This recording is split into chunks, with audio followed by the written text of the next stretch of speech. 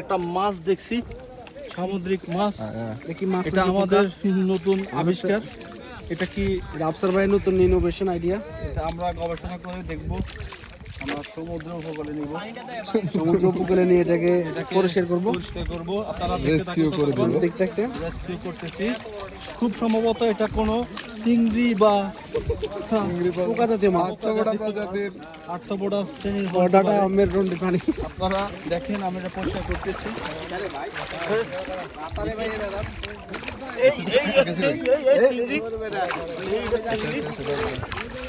দেখেন আপনারা এটা পরিষ্কার করে দেখেন। এটা এটা হচ্ছে কি যে বাইরে কি রে ভাই? এটা কি রে ভাই? নিম্নমূলক চোর।